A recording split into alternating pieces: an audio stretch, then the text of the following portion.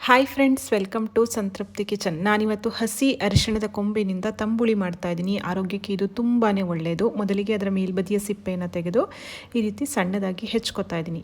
ಸುಲಭವಾಗಿ ಮನೆಯಲ್ಲಿ ಇದನ್ನು ಬೆಳ್ಕೊಳ್ಬೋದು, ಇಲ್ಲ ಎಲ್ಲ ತರಕಾರಿ ಅಂಗಡಿಗಳಲ್ಲೂ ಸಹ ಇದು ಸಿಗುತ್ತೆ. ಈಗ ಒಂದು ಕಬ್ಬಿಣದ ಹುಟ್ಟಿಗೆ ಅರ್ಧ ಚಮಚದಷ್ಟು ತುಪ್ಪ, ಅರ್ಧ ಚಮಚ ಜೀರಿಗೆ, 1/4 ಚಮಚ ಕಾಳುಮೆಣಸು, ಹೆಚ್ಚಿದಂಥ ಅರಿಶಿಣದ ಕೊಂಬನ್ನು ಹಾಕಿ ಹಸಿ ವಾಸನೆ ಹೋಗೋ ತನಕ ಹುರಿಬೇಕು.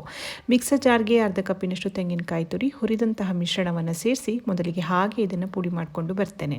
ಈಗ ಇದಕ್ಕೊಂದು ಅರ್ಧ ಕಪ್ಪಿನಷ್ಟು ಮಜ್ಜಿಗೆಯನ್ನು ಸೇರಿಸಿ ಕಡಿತಾ ಇದ್ದೀನಿ. ಕಡಿದ ಮಜ್ಜಿಗೆ ಇದ್ದರೆ ಹಾಗೆ ಸಹ ಹಾಕ್ಬೋದು.